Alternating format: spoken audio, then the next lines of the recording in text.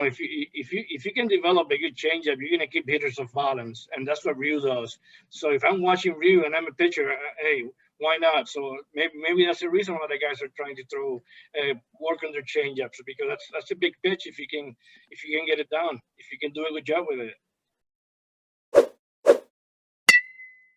저는 류현진 선수의 팬이기도 하지만 버논 웰스와 리치아디 시대의 토론토를 응원했었고 2018년과 2019년 토론토의 시합을 봐온 토론토의 팬이기 때문에 이번 영상은 그런 제가 팬심을 듬뿍 넣고 만든 영상임을 밝히고 시작하겠습니다. 스프링어와 시미언을 영입해서 강한 타선을 완성시켰지만 스프링 트레이닝 시작 전 많은 전문가들은 토론토의 선발진과 수비를 불안 요소로 지적했습니다. 실제로 토론토는 이렇다 할 선발진의 보강 없이 시즌을 맞이하고 있는 것이 사실입니다. 현재 스프링 트레이닝이 절반 정도 지난 가운데 토론토가 보여주는 모습이 심상치 않습니다. 일단 가장 큰 변화는 주전 포수인 데니 젠슨입니다. 그는 스프링 트레이닝의 첫 인터뷰에서 자신의 집이 더니든과 가깝다는 말을 하면서 스프링 트레이닝 시작 전에도 토론토의 새로운 훈련 시설에 와서 많은 것들을 했다고 했습니다. 프레이밍이나 블로킹과 같은 기술들을 훈련했고 트레이너와 함께 조금 더 포수 동작에 유리한 몸을 만들어 왔다고 말한 그는 실제로 지난 시즌보다 많이 안정적인 모습을 보여주고 있습니다. 1년 전에는 류현진이 데니 젠슨의 글러브 위치를 조정해주는 그런 모습이 보일 정도로 미숙한 모습을 많이 보여주었지만 이번 스프링 트레이닝에서는 조금 더 안정적이고 편안한 모습을 보여주고 있습니다. 류현진의 두 번째 선발 등판에서 사인 미스로 던진 공을 자연스럽게 잡아내는 장면과 경기 중 보여진 프레이밍 동작도 작년에 비해서 정말 자연스러워졌습니다. 류현진 또한 경기 후 인터뷰에서 젠슨과의 호흡이 많이 좋아졌다고 이야기한 뒤 이제는 젠슨이 다음에 던질 공이 무엇인지 미리 알고 행동하는 그런 단계까지 갔다고 했습니다. 저는 이 류현진을 통한 젠슨의 성장이 다른 투수들에게도 좋은 영향을 준다고 생각합니다. 젠슨이 포수로서 볼 배합이나 투수 리드와 같은 점에서 성장했고 이런 점이 젠슨과 호흡을 맞추는 다른 투수들에게도 좋은 영향을 준 것 같습니다. 개막 로스터 합류 가능성이 점점 높아지고 있는 알레한드로 커크도 인터뷰를 통해서 포수들끼리 많은 것을 공유하고 있으며 서로의 나쁜 버릇이나 좋은 점들을 피드백해준다고 했습니다. 토론토는 류현진이 팀 내 청백전에 나왔을 때 알레한드로 커크로 하여금 류현진의 공을 받게 했습니다. 현재 토론토는 지금까지 스프링 트레이닝 경기에서 팀 평균 자책점 5위, 윕 1위, 상대 타율 1위에 올라 있습니다. 특히 1.08의 윕과 1할 8푼 3리의 상대 타자 타율은 스프링 트레이닝인 것을 감안해도 훌륭한 기록입니다. 영상 처음에 나온 몬토요 감독의 인터뷰에서도 이야기했듯이 현재 토론토 블루제이스의 많은 투수들은 인터뷰를 통해서 체인지업을 시험해보고 있다고 밝혔습니다. 류현진 선수는 여기에 대한 질문에 딱히 제가 가르쳐주거나 하려는 것은 아닙니다. 물론 제게 와서 그립을 물어보거나 하면 알려주겠지만 결국 어떤 그립과 어떤 구종이 자기에게 가장 잘 맞는지는 스스로 알아내야 하는 부분입니다. 라고 이야기했었습니다.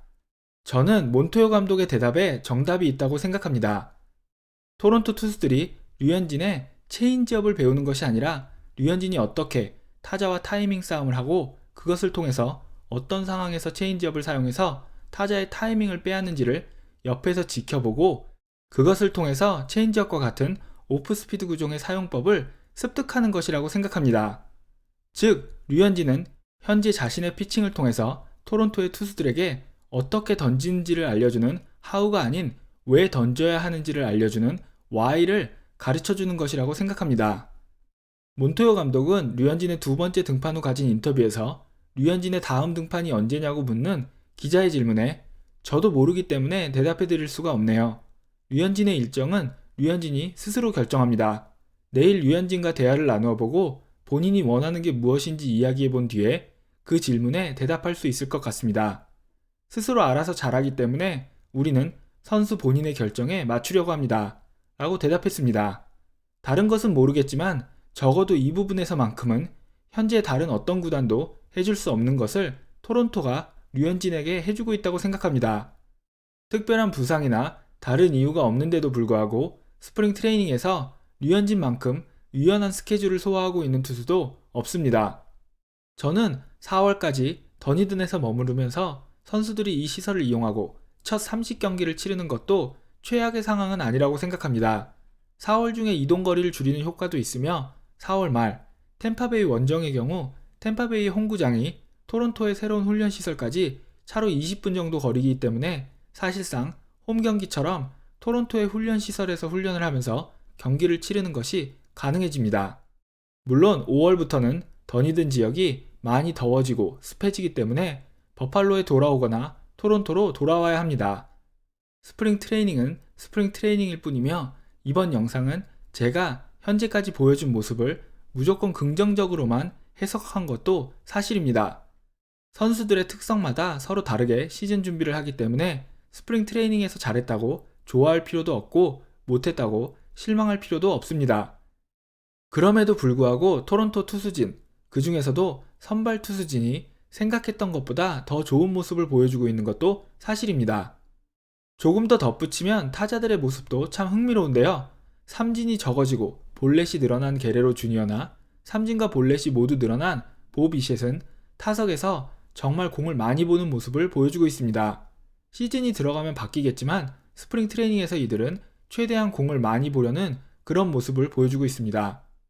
그리고 이번 시즌 키스로에게 증명해야 하는 케반 비지오 역시 6개의 안타 중에 4개의 장타를 치면서 지난 3번의 스프링 트레이닝 중 가장 높은 장타율과 OPS를 기록하고 있습니다. 이번 스프링 트레이닝에서의 목표가 새로운 수비 포지션에 적응하는 것이었음을 감안하면 타격에서의 좋은 모습을 보여주는 것이 굉장히 고무적입니다. 저의 이 즐거운 생각들이 부디 시즌이 시작되고 나서도 깨지지 않고 오랫동안 지속되기를 바랍니다. 오늘 준비한 이야기는 여기까지입니다. 여러분 모두 좋은 하루 보내세요.